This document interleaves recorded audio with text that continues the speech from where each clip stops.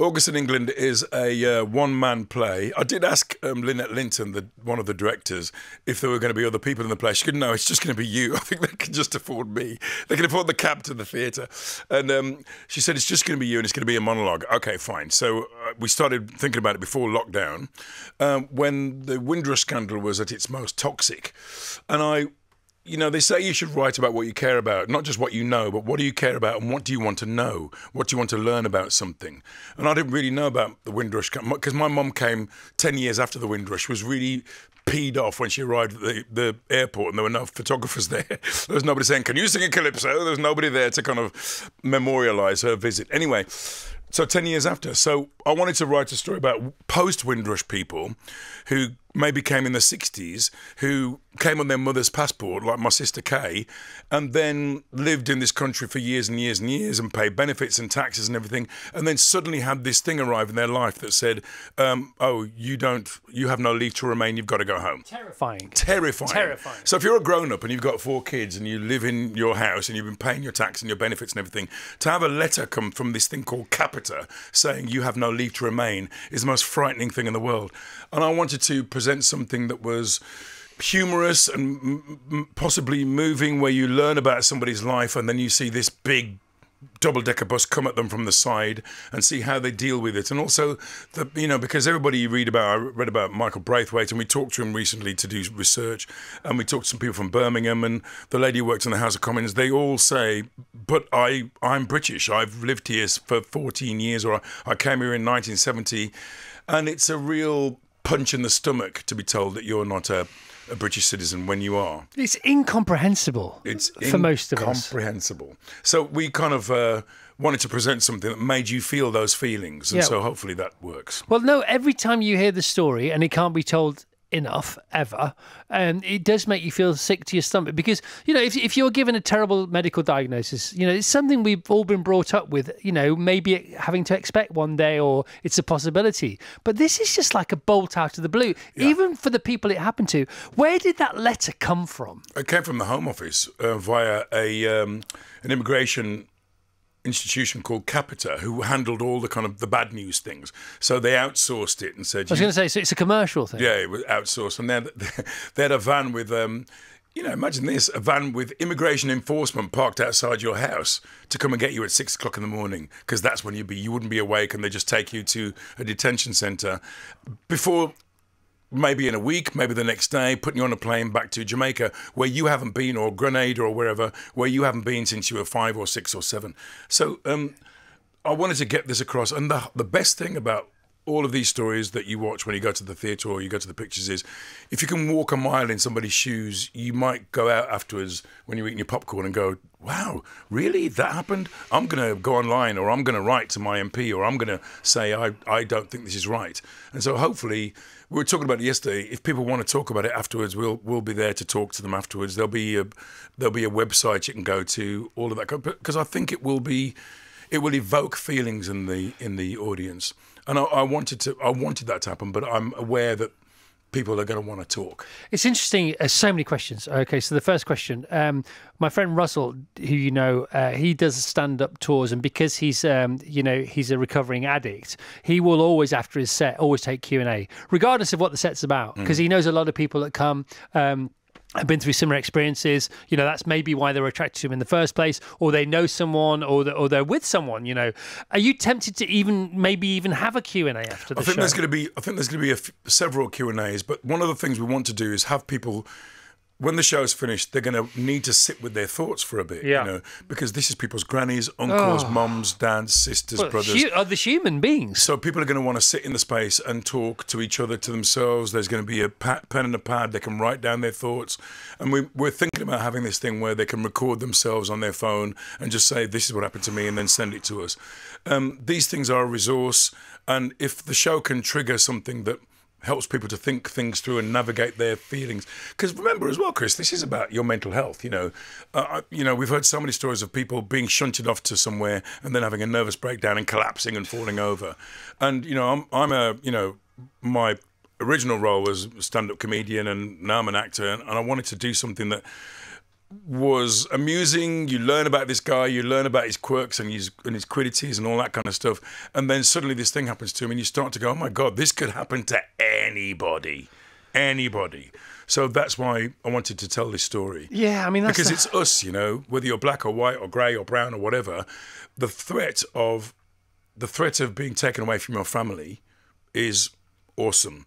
And if it was you, you'd fight with every fibre of your being. Of course you would, without question.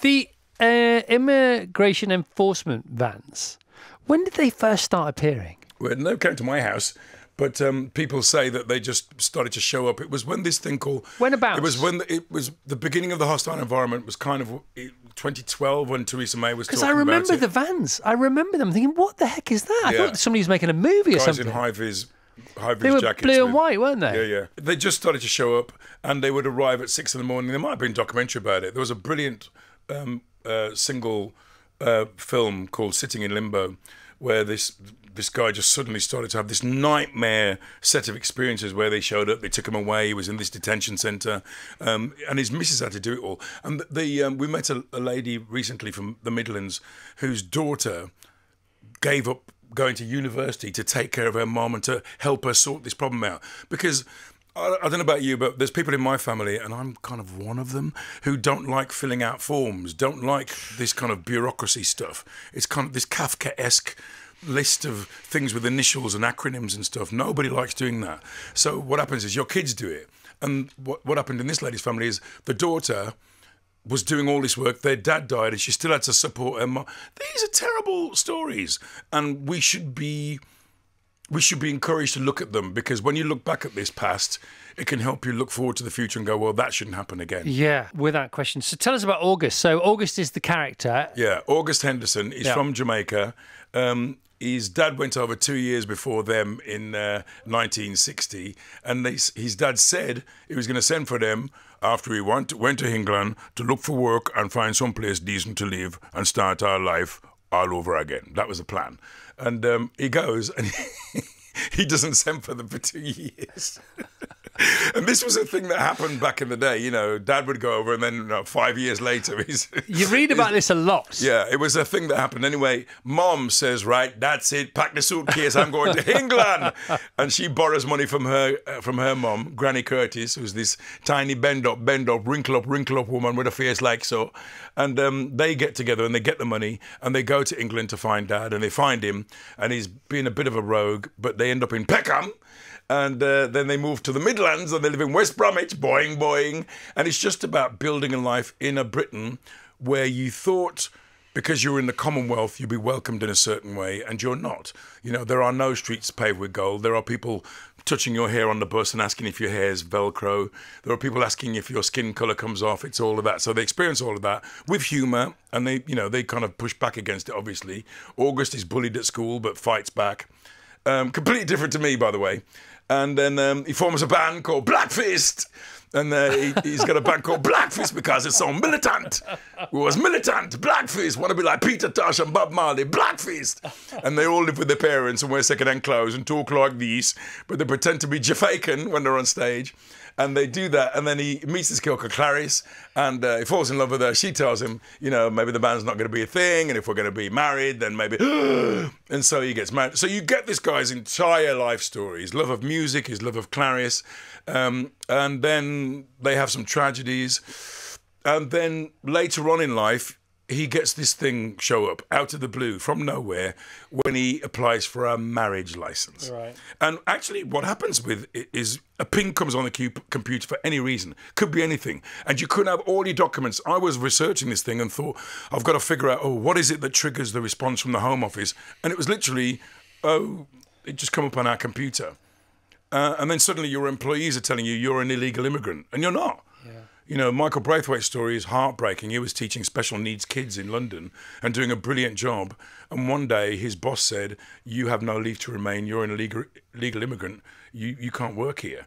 And he was looking after these incredibly needful children, challenged children. And he had to give up his job, and it nearly broke him. But it didn't break him. So this is about somebody who has had a life. I want you to get to know him and enjoy his company. And then when this thing happens to him, I want you to feel what he feels. The team at Shepherd's Bush, the Bush Theatre, are incredibly... I mean, I've been going to the Bush as a customer for years, so to be actually working in that building and to see the energy and excitement, they're all quite young people, quite diverse young people. Everyone's quite young when they all want to know, yeah. They say, let's dance before the show and all this kind of thing. Do we really have to dance today? Yeah. And then thank God there's a Jamaican restaurant down the road because I can have a rest from the dancing. But it's lovely and they're so keen and they want to help you. And, you know, if you forget the lines, they jump in with the lines and they might even get up and act it out for you. Out one way, step to one side, old man, I'll do this bit. So it's been a really exciting thing. And Daniel Bailey and Lynette Linton are literally, I mean, they're award-winning directors and artistic directors. They're so on it. They're really on it. And they don't let me get away with anything. So it's you on your own on stage for how long? It's about 80 minutes. And I, you know, play all these characters. And it's just to get it, not to get it twisted, it's a play. It's not stand-up. So if you think it's two little Irish fellas, it's not that. It's me playing all these characters you and being amazing, narrating this story.